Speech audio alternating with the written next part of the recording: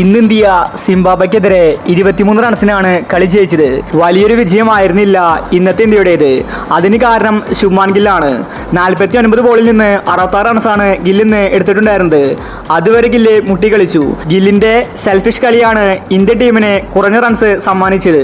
കഴിഞ്ഞ കളി 234 runs India എടുത്തതായിരുന്നു. ഇപ്രാവശ്യം അതിനുള്ള ബാറ്റ്സ്മാൻമാർ ഇന്ത്യക്കുണ്ടായിരുന്നു. എന്നാലും ഗില്ല് മുട്ടിക്കളിച്ച് ഓവറുകൾ വേസ്റ്റാക്കി. ഇന്ന് ഇന്ത്യ കളി ജയിച്ച ശേഷം ഗില്ല് പറഞ്ഞ കാര്യമാണ് നമ്മൾ ഇന്നത്തെ വീഡിയോയിൽ നോക്കുന്നത്. ഇത്തരം ക്രിക്കറ്റ് ന്യൂസിന് വേണ്ടി ഈ ചാനൽ മറക്കാതെ സബ്സ്ക്രൈബ് ചെയ്യൂ. കളി ജയിച്ച് ഗില്ല് പറഞ്ഞത് ഇങ്ങനെയായിരുന്നു: ഞാനിന്ന് സ്ലോ ബാറ്റിംഗ് ആണ് കാഴ്ചവെച്ചത്.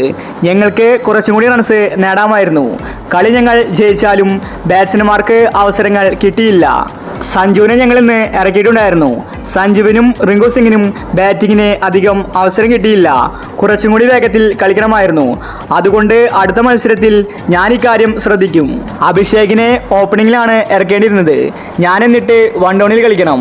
ഞാൻ ചെയ്തത് വലിയ തെറ്റാണ്. കളി ഞങ്ങൾ ജയിച്ചതിൽ സന്തോഷമുണ്ട്. പരമ്പരയിൽ ഞങ്ങൾ 2-1 മുന്നിലാണ്. പക്ഷേ യുവതാരങ്ങൾക്ക് കളിക്കാൻ അവസരങ്ങൾ കിട്ടുന്നില്ല. ഋതുരാജ് ഇന്ന് മികച്ച കളിയാണ് കാഴ്ചവെച്ചത്. റിങ്കുവിനും സഞ്ജുവിനും ബാറ്റിംഗ് കിട്ടാത്തതിൽ എനിക്ക് വിഷമമുണ്ട്. അടുത്ത മത്സരത്തിൽ കാര്യങ്ങൾ കൃത്യമായി പഠിച്ച് മികച്ച രീതിയിൽ മുന്നോട്ട് പോകുമെന്ന് ഗില്ല് വ്യക്തമാക്കി. സോഷ്യൽ മീഡിയയിൽ ഇപ്പോൾ ട്രെൻഡിങ് ആവുന്നത് ശുഭ്മാൻ ഗില്ലിന്റെ മെല്ലെപ്പോക്കാണ്. T20 ടെസ്റ്റ് പോലെയാണ് ഗില്ലിന്ന് കളിച്ചത്. ഗില്ലിന്റെ സ്ലോ ബാറ്റിംഗ് കാരണം ബാക്കി ആർക്കും തന്നെ ബാറ്റ് ചെയ്യാൻ സാധിച്ചില്ല. സഞ്ജു, റിങ്കു സിംഗ്, ശിവൻ ദുബെ, വാഷിംഗ്ടൺ സുന്ദർ തുടങ്ങി ഒരുപാട് താരനിരകൾ അവിടെ ഇരിക്കുന്നുണ്ടായിരുന്നു. എന്നിട്ടും ഗില്ല് സ്ലോ ബാറ്റിംഗ് കാഴ്ചവെച്ചു. ശരിക്കും ഇത് സെൽഫിഷ് തന്നെയാണ്.